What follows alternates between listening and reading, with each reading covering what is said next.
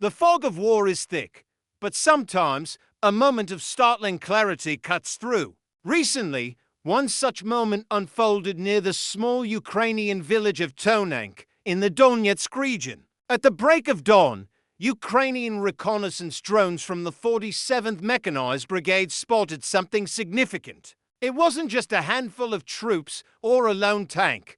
It was a massive concentration of Russian Armor 27 vehicles in total, including tanks, infantry fighting vehicles, and armored personnel carriers. They were gathered together, seemingly vulnerable, in the middle of a refueling operation. For the Ukrainian forces, this was a golden opportunity, a rare chance to strike a decisive blow against a major Russian mechanized assault group. What happened next was a brutal and calculated display of modern warfare, a clash of steel and strategy that would be captured in dramatic detail from the sky. This wasn't just a random skirmish. It was part of a much larger, ongoing Russian offensive aimed at capturing key strategic points in the Donetsk Oblast. For weeks, Russian forces had been relentlessly pushing westward from Avdiivka, a city they captured earlier this year after a long and costly battle. Their next objective appeared to be the cluster of villages that includes Tonank, Orlivka, and Berdichi.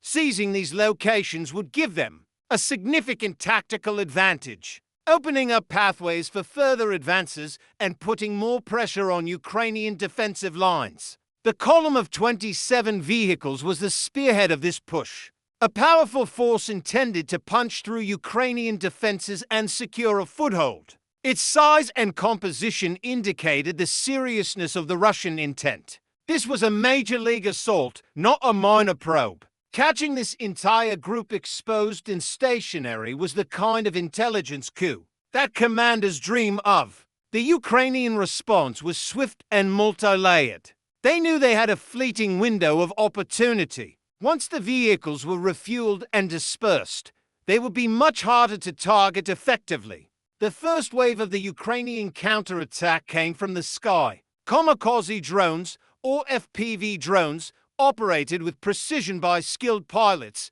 swarmed the static Russian column. These small, explosive-laden quadcopters are one of the defining weapons of this conflict, capable of flying into weak spots on armored vehicles, like engine compartments or open hatches. Video footage from the scene shows these drones weaving through the morning mist, homing in on their targets one by one. Each successful hit sent plumes of smoke and fire into the air, creating chaos and panic among the Russian troops. The drones acted as a surgical tool, disabling key vehicles and sowing confusion before the heavier assets came into play. But the drones were just the beginning. As the Russian column reeled from the initial drone strikes, the Ukrainian artillery opened up. Shells began to rain down on the concentrated formation. The 47th Brigade likely coordinated fire from multiple artillery systems, possibly including American-made M109 Paladin self-propelled howitzers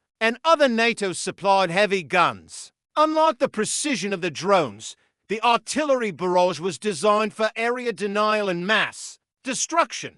The goal was to saturate the entire area where the Russian vehicles were clustered, maximizing damage and preventing any organized response. The combination was devastating. Drones picked off individual targets, while artillery suppressed the entire formation, turning the refueling stop into a kill box. The open fields around Tonank, once just farmland, became a graveyard of burning steel.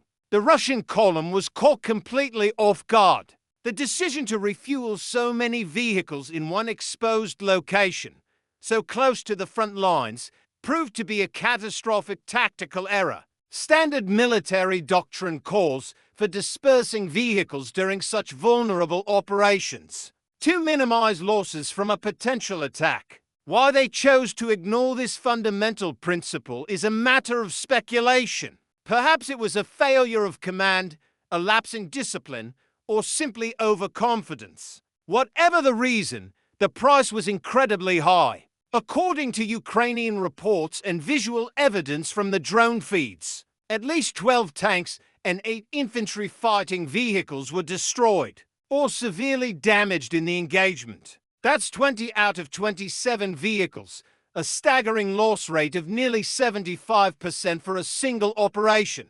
The attack effectively neutralized a significant portion of the Russian combat power assembled for this specific offensive push. This engagement highlights a critical aspect of the current state of the war: the supremacy of battlefield surveillance. The constant presence of drones means there is almost no place to hide on the modern battlefield. What would have been a routine, if risky, logistical operation in a past conflict became a death trap. The ability of the 47th Brigade's reconnaissance units to spot the column, identify the activity, and relay the information in real time to strike assets was the key to this success. It demonstrates a high level of command, control, and communication, the C3 part of military operations. It is a testament to how well Ukrainian forces have adapted to this new era of transparent warfare, using technology to level the playing field against a numerically superior adversary.